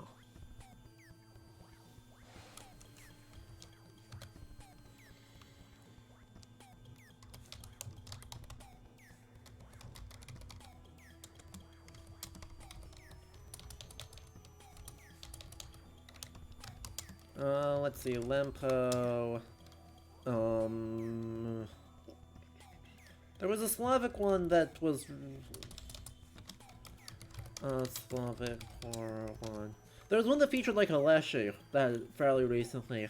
One could also add, Senua Saga, Aspelov, Bramble.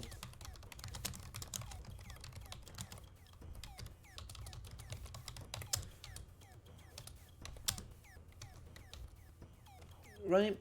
A bunch of these games. Missing a bunch, but right, that gives you a sense of the genre space, right? Both ones we saw in this Next Fest and ones we saw elsewhere. Store. Next Fest. Let me look at some of those, right? Because it was Lempo. Right, you get this very amnesia-like horror game, right? And so you get like just kind of fucked up looking dudes. Interesting, but also just a very fucked up looking dude. Let's look at Aspelov.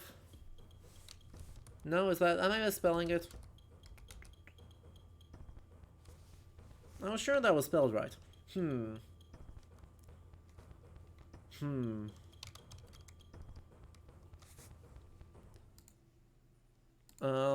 Bramble was another one. This is based, right, clearly just kind of a fucked up looking dude. Sorta... fucked up looking dude sorta game.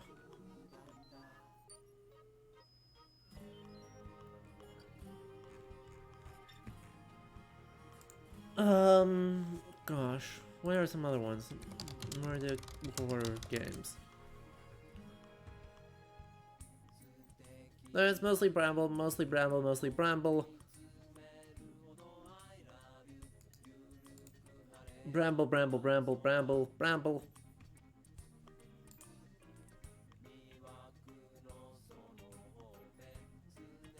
Well, that's actually a roleplay, a pen and paper RPG, which is awesome.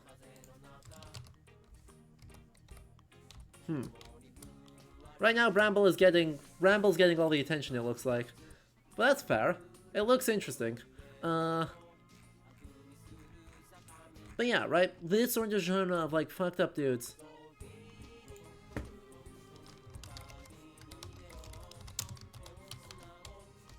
Versus Skabma. Or Never Alone. Right? These two games seem to, like, these two seem to imagine folklore in fundamentally different ways. And that's not to say that there's no horror elements in either of these games. There's horror elements in both of them. But they're doing a much more complex thing than fucked up looking dudes inspired by Nordic folklore.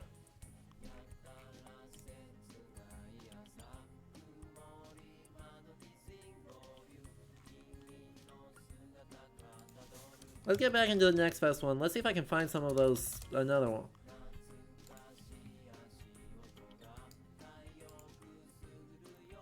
Like, I immediately forgot all of the ones that we checked out.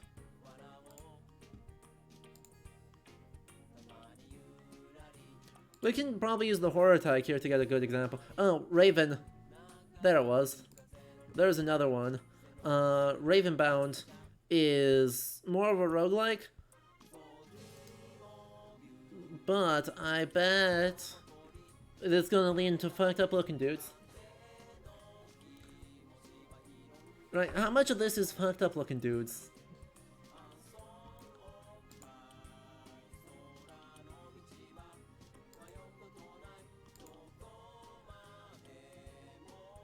Yeah,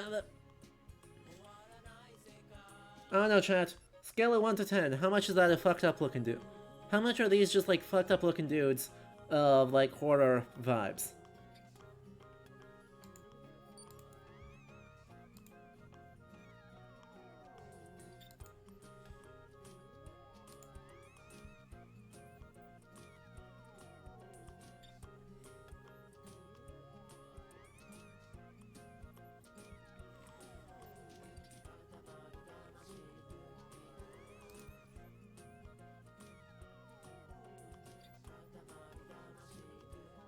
Oh, another reason that contributes to the continued presence of Vikings is that they can be very easily adapted to basically any genre. City builder, Viking colonization, yep. And again, Vikings is combat but not guns, yep. RTS, easy peasy.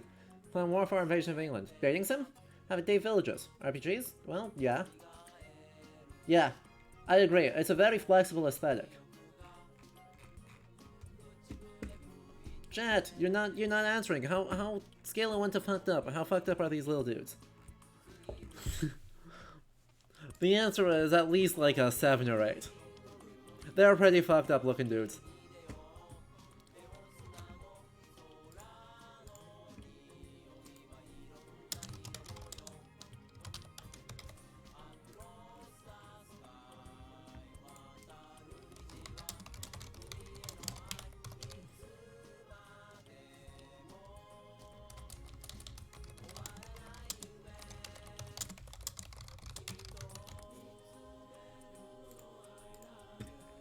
If we click on that horror though, I wonder what how many historical horror games there are. Let's see. System Shock is horror, that's alright.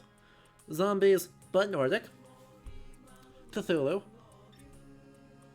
Also Cthulhu.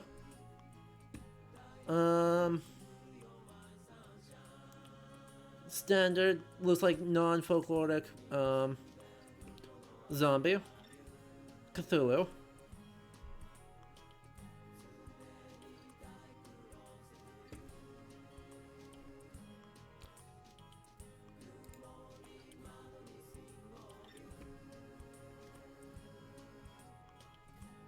Finnish.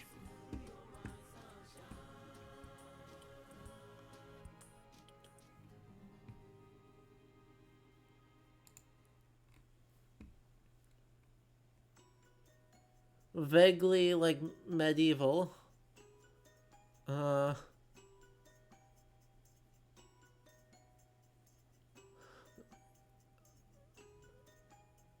Vaguely Mesoamerican.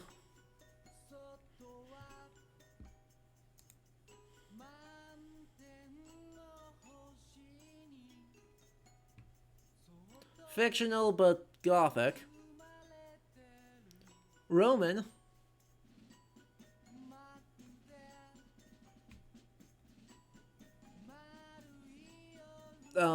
Slavic again. Potentially another Finnish folklore one. Let's see. Yeah. Yeah. Yeah. Potentially some Finnish folklore.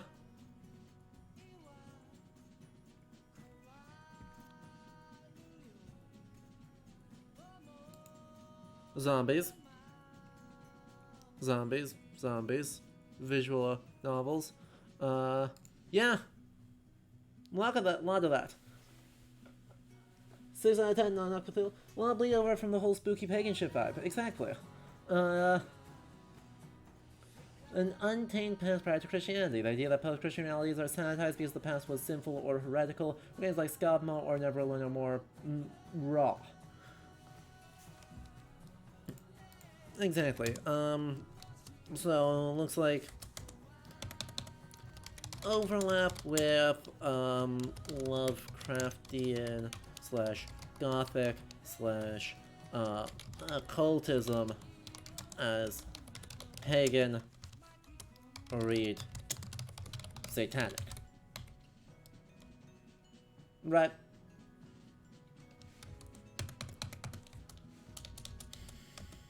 Indigenous. We looking like Scabmo or Never Alone or oh, there was another.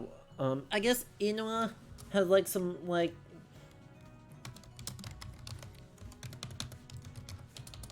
All of these have like light horror elements.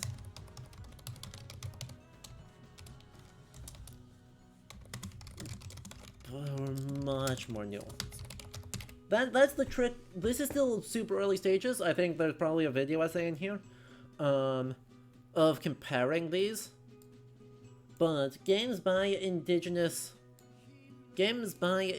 creators that deal with folkloric motifs, to me, feel super different than what we see in like other games that use folkloric motives that are not set in a historical setting.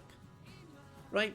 If they're set in an explicitly historical setting, we can see some amount of nuance.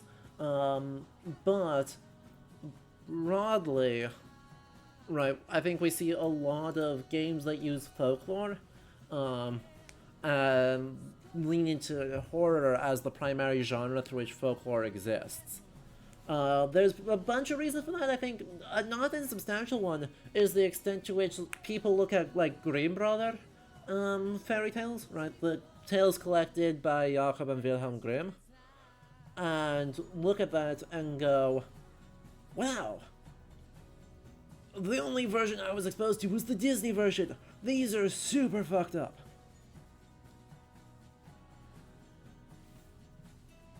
And they run with that. And you know, that's a valid response, because holy shit, German folktales are dark. But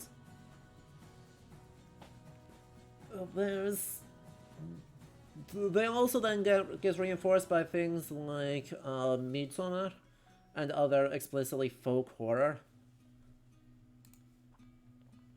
But yeah, there's some interesting space for nuance. There are, of course, games that buck this trend that we played on the channel. What was the name of it? Rocky. Rocky does fun, cozy things with it, with light horror elements, but with a much more overall positive view of these beings for a butt Nordic take. But I haven't done enough like broad looking to really be strong about this trend, versus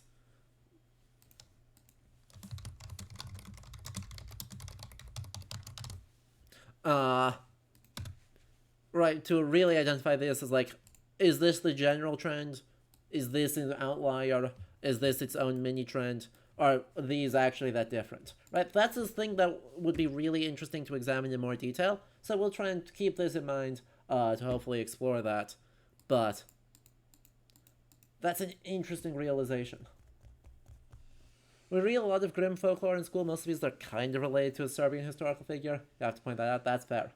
Might worth comparing with cases of cultures created games based on their own mythologies that weren't on the receiving end of the colonial experience. Yeah, that's an interesting like third point.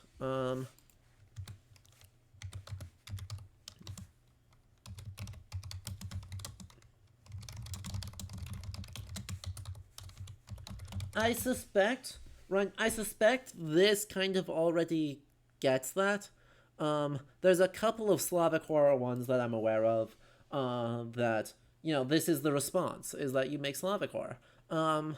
Lempo is by a Finnish developer. It's based on Finnish folklore. So this is like the dominant culture group, or a member of the dominant culture group being like, oh, this is my exposure to my own folklore. Well, how to make this into a game? This is kind of fucked up. Oh, sure. That's a much better comparison. Rocky. Okami. There's a couple of other games about Kami, right? Also, I think a Western versus Japanese space may further deal with weird stuff. We'll see. It'll be curious.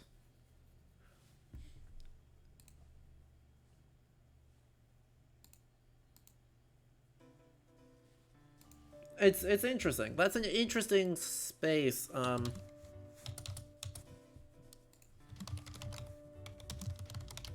don't know super what to do about that. This needs more thought, but we're gonna highlight that all, because it's one that I think merits, like, further consideration. Right. Let's keep talking about that. We'll keep thinking about that, keep talking about that. We'll revisit this topic, I think. Alright, but we've been going for about, I think we've done Sakuna.